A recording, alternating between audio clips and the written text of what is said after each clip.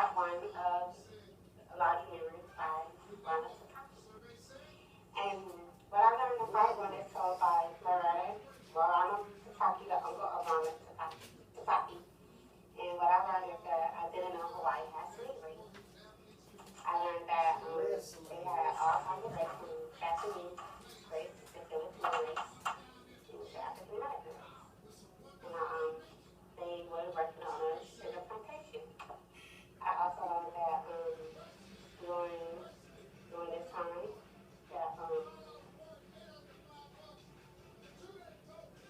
time that they had gathered together sometimes and gave out food and water to each other because they didn't really have nothing for each race to survive on. They worked together as one whole nation. And it was all a shock to me because as a person who just graduated high school recently, we didn't talk about other parts of slavery in the United States. And I really enjoyed this part of this book, and I really enjoyed the whole book because when I thought that this book should be discussed in high school, so many people can understand what history really is and what slavery really is in other parts of the nation. Thank you. And my name is Tamisha Phillips, and I'm going to be narrating apart from part 4 of the book, the Sadie Frown story. And I just learned that slavery wasn't only for black people, that other races were enslaved. And Sadie Frown was a Jewish immigrant from Poland who immigrated to America with her mother after her father died. And because of the lack of money, her mother couldn't make ends meet, so they spoke with her aunt, and her aunt convinced them to come over to America where they could work and have a better way of life. When she got over here, she didn't know that she would be like basically a slave, or a form of slavery. They worked in sweatshops under poor working conditions, and because of the climate change from Poland, where they used to live, when her mother got here to America, she ended up dying from like a respiratory disease or something, with coughing, and she ended up dying. So Sadie had to take care of herself, and she became a worker in a sweatshop. She became a worker in a sweatshop, and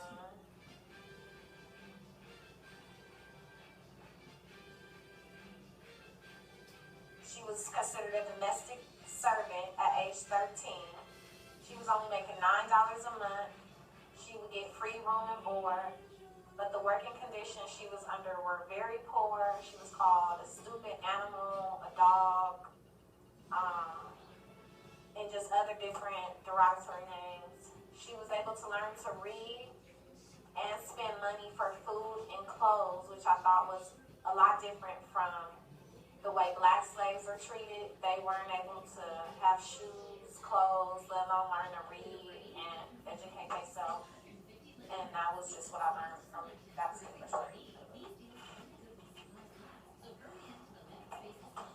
I focused on O'Hara Remembered, Equiano's passage to America. This story focuses on the trip over from Africa to America. Equiano was a young African boy, and he was kidnapped from Africa along with other African people by his own people. And there were people that raided other tribes and brought them on the ship and sold to English slave traders. Blacks that sold Equiano to slave traders brought him aboard the ship and left him, and as he said in the book, abandoned him because he was kind of looking to them to help him. Equiano says that he prefers his former slavery to the slavery of him being taken away from his home. What I learned in this part of the book is that he didn't know that there was slavery in Africa, or a form of slavery in Africa being captured from another tribe. So that's something that I learned. A lot of the times in the book, Equiano wished to die or to be beaten to death or to jump over the ship, off the ship, like many of the other slaves did. Many of them committed suicide, except for one who was brought back over, and he was beaten for trying to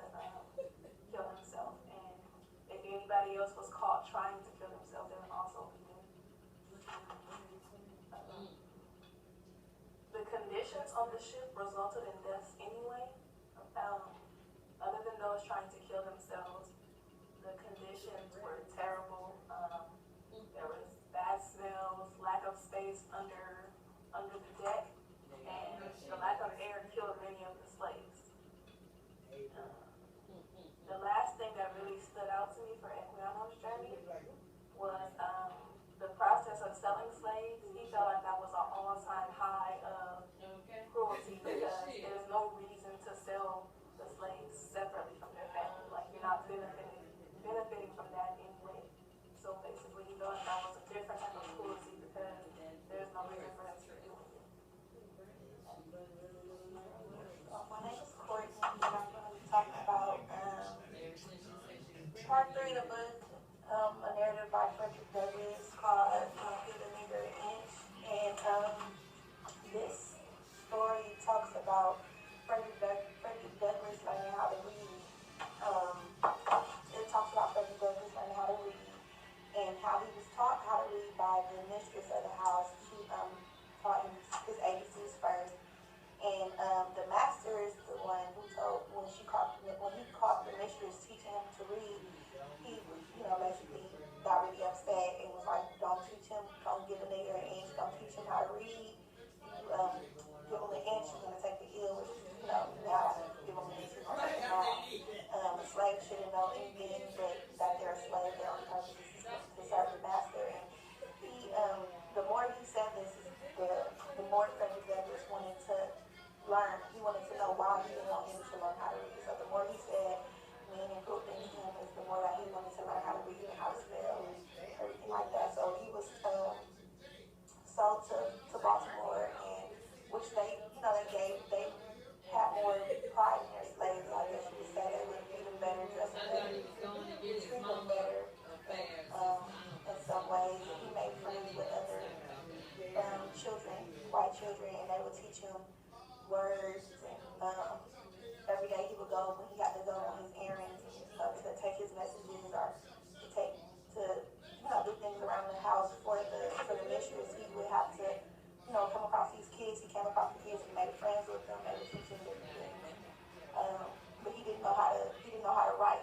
He knew how to read and how to spell a little bit, but he didn't know how to write. So he started working for this company that dealt with lumber, and they would have him write stuff on it like L or S, and he didn't really know what the L was or what the S was, and he just knew he was writing the L or he was writing the S, but the L meant for labor or the S meant different things like that. So once he learned how to write, and he would go and try to play tricks with with the other boys, like, oh, I bet you don't know what this means, or I bet you don't know what that means. That was their way of teaching him how to read or how to write. And the story basically tells about his journey to being literate. And once he learned how to read, he started seeing words like abolish and abolitionist and different things. He started reading the newspaper. He wanted to know what is it? What is it? Why do I keep seeing this? Or why do everybody keep talking about abolish? And so that's how he knew. That's when he learned about African, how people evolved from Africa, and things like that. He started being more aware of what was really going on by him learning how to read. So that's what the story is about. I learned that there were all white slave owners or whatever, where I guess that the mistress tried to teach him how to read and tried to be kind and nurturing to him, but she was basically persuaded not to be by her husband, which in part she started being mean to him. She could start off being mean to him. She was nice to him initially, but then she started off being mean to him. So yeah, that's okay. My name is Michelle, and I chose the stories of Betrayed by Our Country and Birthright Denied.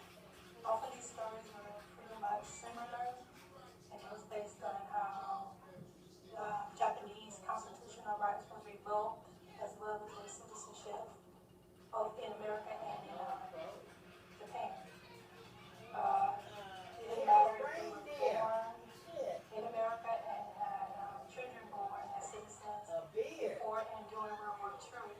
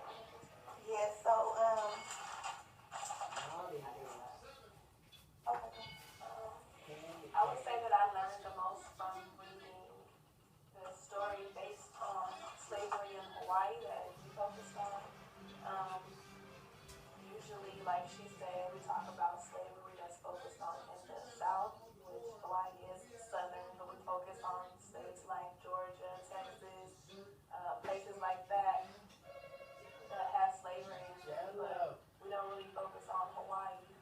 And we didn't know much about the slavery in other parts of the world or in Hawaii. And I feel like, as she said, we should be talking about the slavery that happened in different countries as well as Hawaii. More focused on how it was in the North also, because in high school we don't learn much about that. We basically focus solely on what's going on in the South, and we assume that there was no, or I would assume there was no slavery, or not much, or as worse in Hawaii. But I learned from her story that there was slavery in Hawaii. What I learned is like that there. I know it's always been like white privilege and like white people are always been like supposedly superior over black people, but it's just a prime example of how is it Frederick Douglass?